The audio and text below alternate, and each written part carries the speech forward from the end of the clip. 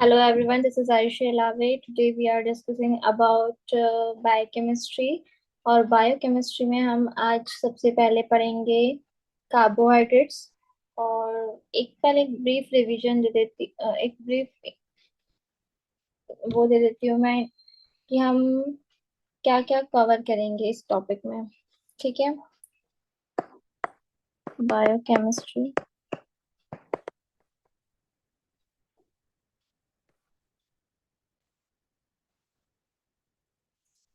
Biochemistry में हम सबसे पहले लेंगे carbohydrates, that is carbs.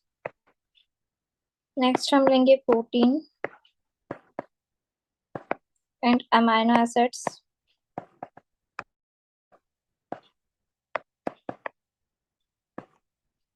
Next हम उठाएंगे फैट, मिनरल्स, और इसी में हम कवर कर लेंगे विटामिन्स। ओके।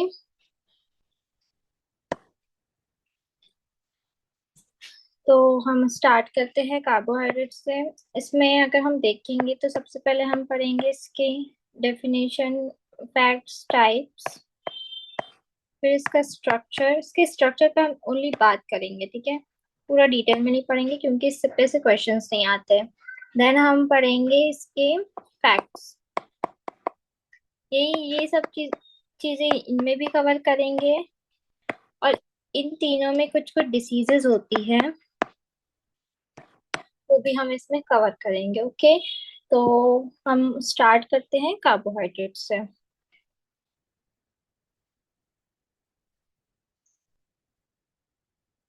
ओके, तो हम सबसे पहले इंट्रोडक्शन से स्टार्ट करेंगे। जैसा कि हमें दिख रहा है यहाँ पे, सॉरी, जैसे कि हमें दिख रहा है यहाँ पे कार्बोहाइड्रेट का इंट्रोडक्शन। कार्बोहाइड्रेट के इंट्रोडक्शन में हम बात करें तो पहले हम देखेंगे कि कार्बोहाइड्रेट है क्या। तो ये एक मेजर एनर्जी फॉर्म है। ये एक मेजर एनर्जी का सोर्स है जो हमारी डाइट में होता है। कंपोज ऑफ एलिमेंट CHO, मतलब कार्बोहाइड्रेट, कार्बन, हाइड्रोजन और ऑक्सीजन से मिलके बना है, होता है, ठीक है। ऑल्सो कॉल्ड सैकेराइड्स, इसे हम सैकेराइड्स भी बोलते हैं, विच मीन्स शुगर। मैं इसके बारे में बताऊंगी आपको कि सैकेराइड्स क्या होता है और शुगर कैसे बोल रहे हैं हम इसको। आगे हम बढ़ते हैं। तो are produce by photosynthesis in plant. ये प्रोड्यूस कैसे होते हैं? Photosynthesis in plant, by photosynthesis in plant. Plant में जो फोटोसिंथेसिस की प्रोसेस हो रही है उसके द्वारा ये प्रोड्यूस हो रहे हैं। Such as glucose are synthesized in the plants from CO2, H2O, and energy form of the sun. Okay, are oxidized in living cell to produce CO2, carbon dioxide, H2O, water, and energy. तो ये एक basic introduction था हमारा कि जो ये carbohydrate है वो एक मेजर सोर्स है एनर्जी का, जो कंपोज होता है कार्बन, हाइड्रोजन और ऑक्सीजन से। इसे हम सैकेराइड्स और शुगर्स भी बोलते हैं। फोटोसिंथेसिस की प्रोसेस होती है उससे प्रोड्यूस होता है, और ये ग्लूकोज के रूप में सिंथेसाइज होता है प्लांट में। और कार्बन डाइऑक्साइड हाइड्रोजन के रूप में हमें एनर्जी प्रोवाइड करता है, ब्रेक होकर हमें एनर्जी प्रोवाइड करता है। जो मैंने कहा था आपको सैकेराइड्स और शुगर, तो वो मैं बताती हूँ आपको क्या कैसे होगा, कैसे कहेंगे हम इसको। सैकेराइड्स क्या होते हैं, शुगर क्या होती है। जैसे अम, अभी बहुत बेसिक वर्ड है ये जो इसके बारे में सबको पता होना चाहिए। तो हम सेकेराइड्स की बात करें। सेकेराइड्स बेसिकली क्या है? आप लोगों ने कार्बोहाइड्रेट का नाम सुनते से आप लोगों के दिमाग में आता होगा ग्लूकोज। भाई ग्लूकोज जो है हमारा कार्बोहाइड्रेट है। तो भाई अब ग्लूकोज कैसे कार्बोहाइड्रेट है? और भी चीजें कार्बोहाइड्रेट में गिनी जा सकती, जरूरी नहीं कि ग्लूकोज ही हो, ठीक है। अरे मैं क्या कर रही हूँ। हम्म, ओके। मैंने कहा सेकेराइड्स। सेकेराइड्स क्या है? सेकेराइड्स बेसिकली एक स्ट्रक्चर है। जैसे बहुत सारी जैसे एक यूनिट है, मान लो जैसे कार्बोहाइड्रेट रेडी हो रहा है, प्रिपेयर हो रहा है, तो उसकी जो यूनिट हम कहेंगे वो सेकेराइड है, ठीक है। जैसे मैं अगर एक एग्जांपल देना चाहूँ तो उसमें मैं कहूंगी कि मैं एक माला बनाती हूँ। माला बनाने के लिए मेरे को क्या चाहिए, मोतिया चाहिए कुछ। अब वो जो मोतिया है वो कुछ यूनिट से मिलके बनेगी, कुछ यूनिट को हम इकट्ठा करेंगे तो हम माला बना पाएंगे। तो वैसे ही मैंने ये यूनिट को इकट्ठा किया, मोतियों को इकट्ठा किया मैंने, 1 2 3 4 5 6, 6 यूनिट ऑफ किसकी ले ली, कार्बन की ले ली, कार्बन की मोतिया ले ली मैंने भाई, 6 यूनिट की। इसको मैंने रेडी कर दिया, एक माला बना दी, ये मेरी माला बन गई। ठीक है, मैंने और 6 मोतियां ली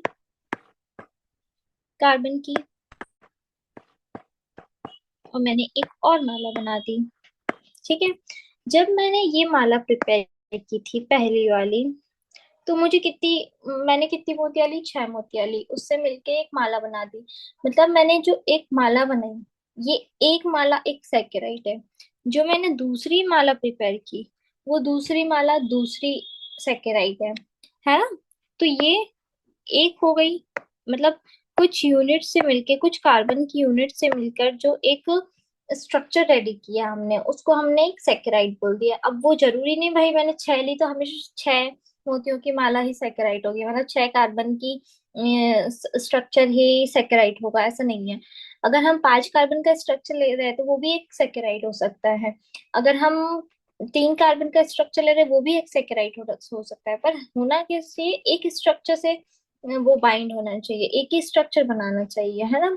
ऐसे ही उसके जैसे अगर हम बहुत सारे मल्टीपल स्ट्रक्चर को हम जोड़ देंगे तो वो हम किसी और में गिनेंगे, वो मैं आगे बताऊंगी। ठीक है, आपको सैकेराइड समझ में आ गया, और इसी सैकेराइड को हम शुगर कह देते हैं। ठीक है, ये हो गया हमारा सैकेराइड। अब हम आगे बढ़ते हैं।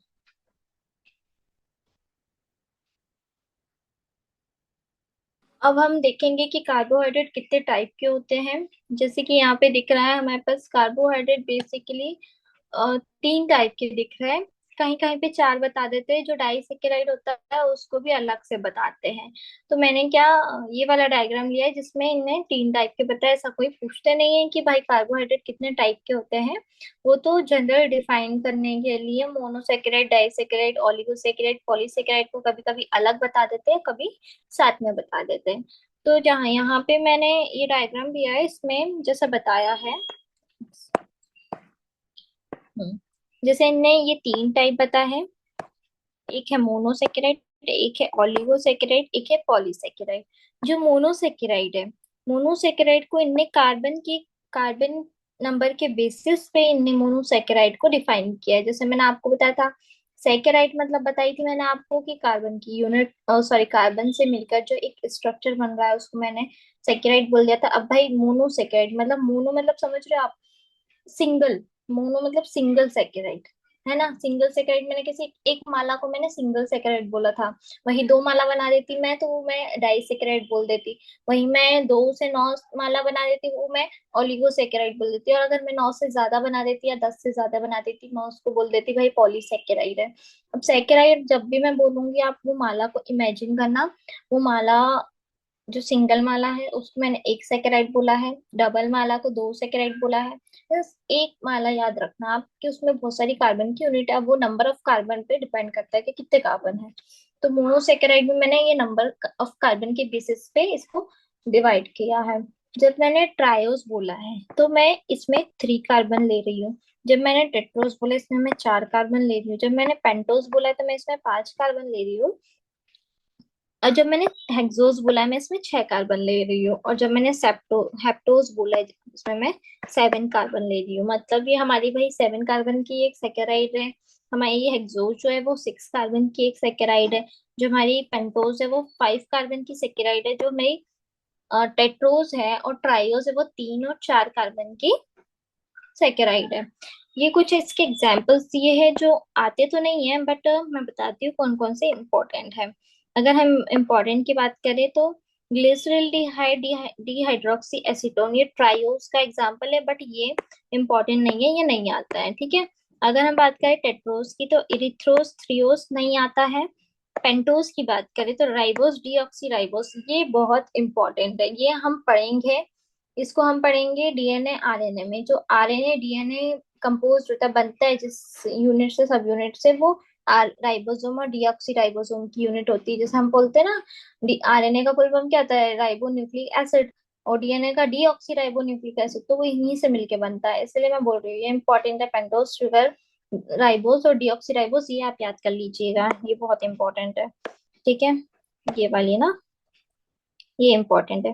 हेक्सोस की बात करें तो ये भी हम पढ़ते रहते हैं, ग्लूकोज और फ्रक्टोज।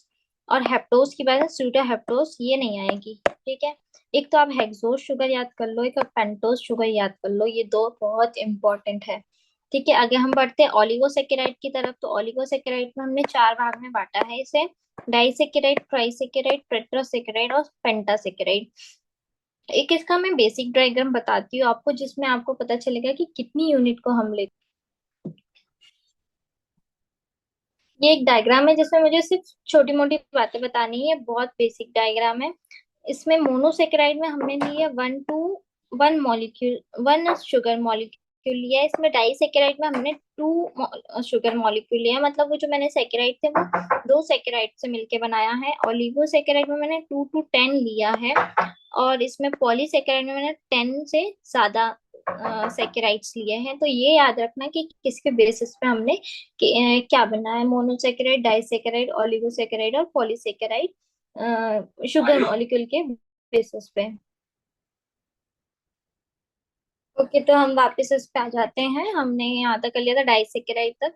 इसमें कितनी यूनिट बोली थी मैंने, 2 कार्बन की यूनिट बोली थी। ये कलर दिख नहीं रहा है, 2 कार्बन यूनिट बोली थी मैंने इसमें। ठीक है, 2 कार्बन मतलब 2 कार्बन सेकेराइड है ना।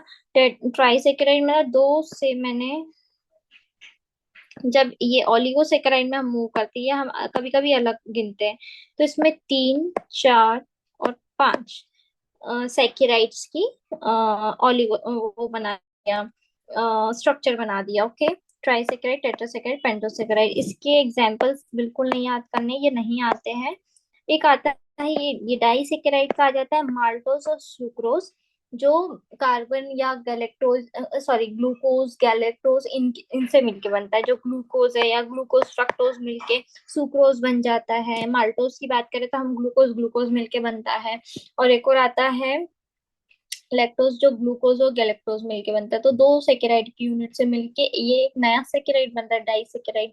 तो इसमें हमको ये माल्टोज और सुक्रोज तो हमें याद रखना पड़ेगा, इसके अलावा ये जो तीन है वो जरूरी नहीं है। ठीक है, अगर हम पॉलीसेकेराइड की बात करें तो दो फॉर्म में, दो पार्ट में बटा है, होमोपॉलीसेकेराइड्स, हेट्रोपॉलीसेकेराइड। ये आपको नाम बड़े डिफिकल्ट लगेंगे, बट जो होमोपॉलीसेकेराइड है वो कुछ भी नहीं है, एक जैसे डाइसेकेराइड या ट्राइसेकेराइड, इससे मिल मिल के जो बन रहा है पॉलीसेकेराइड, 10 से ज्यादा यूनिट थी पॉलीसेकेराइड में। ओके, तो जो ये बन रहा है, तो एक जैसी जब यूनिट होगी तो उसे होमोपॉलीसेकेराइड बोल दिया। जब अलग अलग टाइप की यूनिट से मिलके कोई सा एक स्ट्रक्चर बन रहा है पॉलीसेकेराइड, तो हम उसको हेट्रोपॉलीसेकेराइड बोल देंगे, ज्यादा कंफ्यूजन नहीं होना है। ठीक है, होमो मतलब सेम सेम सेम, और हेट्रो मतलब अलग अलग। ओके, जब स्टार्च और ग्लाइकोजन बन रहा है, स्टार्च मतलब स्टार्च होमोपॉलीसेकेराइड में, मतलब ये हमारा सेम यूनिट से मिलके बन रहा है, सेम सब यूनिट से मिलके बन रहा है।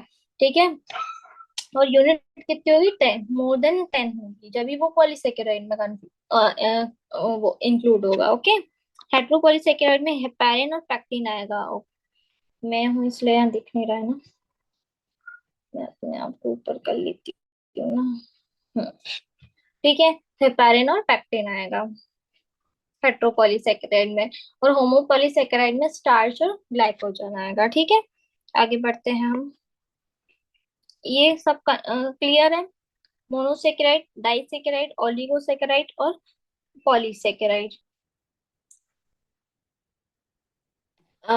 ये अब हम चलते हैं मोनोसेकेराइड में। मोनोसेकेराइड के अगर हम स्ट्रक्चर देखें, तो जो स्ट्रक्चर है वो इस टाइप से होते हैं। ठीक है, जो ग्लिसरल्डिहाइड है ये हमारा 3 कार्बन का बना है। जो राइबोज है वो हमारी 5 कार्बन की बनी है। जो ग्लूकोज और गैलेक्टोज है वो हमारा 6 कार्बन का बना है।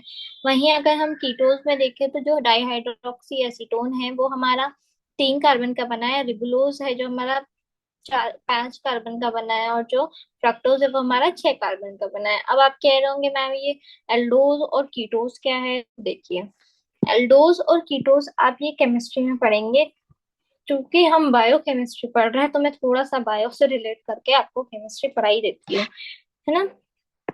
तो भाई ये एल्डोज क्या होता है, ये तो नई बला आ गई। ये एल्डोज और ये कीटोज की बात करें तो ये बेसिकली फंक्शनल ग्रुप होते हैं, ठीक है। ये केमिस्ट्री में फंक्शनल ग्रुप होते हैं ये, है ना। फंक्शनल ग्रुप के बेसिस पे ये दो दो या नहीं बहुत से पार्ट होते हैं फंक्शनल ग्रुप के, बट यहाँ पे हम दो ही फंक्शनल ग्रुप को कंसीडर करते हैं। एक कीटोस फॉर्म होता है और एल्डोस फॉर्म होता है।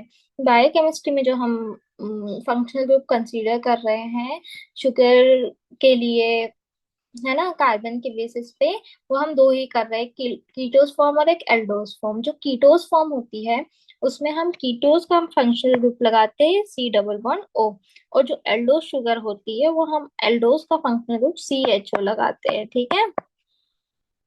तो इससे हम डिफर करते हैं कि क्या एल्डोज है क्या कीटोज है, इन फंक्शनल ग्रुप को देखते ही हम पहचानते हैं।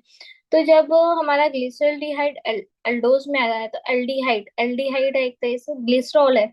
तीन कार्बन का जो स्ट्रक्चर फॉर्म होगा, ट्रायल शुगर होगी, वो कौन सी होगी, ग्लिसरॉल होगी।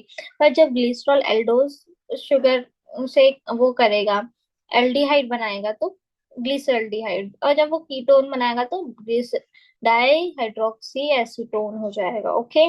वहीं राइबोस रिबुलोज रिबुलोज जो है, राइबोस जो है वो एल्डोस में राइबोस कहलाएगा और कीटोस में रिबुलोज कहलाएगा। ग्लूकोज और गैलेक्टोज एल्डिहाइड है। जब हम इसको कीटोन में कंसिडर करेंगे तो उसको हम फ्रक्टोज के रूप में कंसिडर करेंगे, ओके। और और एक चीज ये होती है कि एल्डोज में, यहाँ से अगर क्वेश्चन आएगा तो एल्डोज में कौन से कार्बन पे फंक्शनल ग्रुप लगा होता है, तो कार्बन नंबर 1 पे लगा होता है। और कीटोज में कार्बन नंबर 2 पे अपना फंक्शनल ग्रुप लगा है CO, ओके। अब आगे बढ़ते हैं, ये हमारे स्ट्रक्चर है। इसमें क्वेश्चन ऐसे आएंगे कि 5 कार्बन से मिलके क्या बना है, 6 कार्बन से मिलके क्या बना है, 3 कार्बन से मिलके क्या बना है। ये आप याद कर लेना, ज्यादा लो। अगर हम डाइसेकेराइड की बात करते हैं तो डाइसेकेराइड, मैंने कहा था दो सेकेराइड की यूनिट मिलके एक स्ट्रक्चर बनाएगा जिसे हम डाइसेकेराइड बोलेंगे, ठीक है।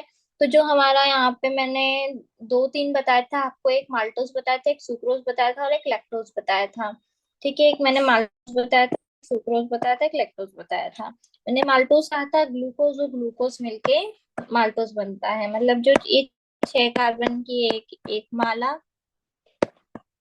ये 6 कार्बन की एक माला, इन दोनों का हमने जोड़ दिया तो ये क्या बन गई, हमारी डाइसेकेराइड। ये बन गया हमारा, ये ग्लूकोज था, ये भी ग्लूकोज था, तो ये हमारा माल्टोज बन गया। वहीं अगर ये ग्लूकोज होता, ये गैलेक्टोज होता तो ये बन जाता लैक्टोज। वहीं हमारा ये ग्लूकोज होता, ये फ्रक्टोज होता तो ये बन जाता सुक्रोज। बहुत इजी है ना। तो ये डाइसेकेराइड है। आपको क्वेश्चन ऐसा आएगा यहाँ पे कि माल्टोज क्या है, पॉलीसेकेराइड, मोनोसेकेराइड या डाइसेकेराइड, तो आप बोल देना भाई ये तो डाइसेकेराइड है, दो ग्लूकोज से मिलके बन रहा था। सुक्रोज क्या है तो डाइसेकेराइड, लैक्टोज क्या है तो डाइसेकेराइड, डेक्सट्रीन क्या है डाइसेकेराइड, आइसोमाल्टोज क्या है डाइसेकेराइड, स्टार्च क्या है डाइसेकेराइड। अब ये नहीं पूछेंगे वो कि किससे किससे मिलके बन रहा है, अगर थोड़ा सा एडवांस लेवल का हुआ क्वेश्चन। अगर थोड़ा सा एडवांस लेवल का क्वेश्चन हुआ तो बोल सकते हैं कि स्टार्च किस किस से मिलके बन रहा है, आइसोमाल्टोस किस किस से मिलके बन रहा है। तो यहाँ पे जल्दी जल्दी मैं बता देती हूँ कि जो स्टार्च है वो माल्टोस और आइसोमाल्टोस से मिलके बनता है। जो पेनकेटिक एमाइलेज है, माल्टोस है, वो माल्टोस ग्लूकोज ग्लूकोज से मिलके बनता है। आइसोमाल्टोस जो है वो आइसोमाल्टेज एंजाइम लगता है, ग्लूकोज और डेक्सट्रीन से मिलके बनता है। डेक्सट्रीन जो है वो ग्लूकोज से मिलके बनता है। सुक्रोज जो है वो ग्लूकोज और फ्रक्टोज से मिलके बनता है। लैक्टोज जो है वो ग्लूकोज और गैलेक्टोज से मिलके बनता है। जो डेक्सट्रीन है एक डेक्सट्रोज शुगर होती है, इसलिए यहाँ पे ग्लूकोज लिखती है। जो डेक्सट्रोज जो जब हम इंट्रावेनस अगर हम शुगर देना चाहते हैं, किसी की शुगर लो हो गई है, तो हम उसको ग्लूकोज नहीं देते हैं डायरेक्ट, हम उसको डेक्सट्रोज देते हैं, ठीक है। ये डेक्सट्रोज। जो लैक्टोज है वो मिल्क शुगर है। ये जो सुक्रोज है, फ्रक्टोज, ये माल्टोज है, ये फ्रूट शुगर है।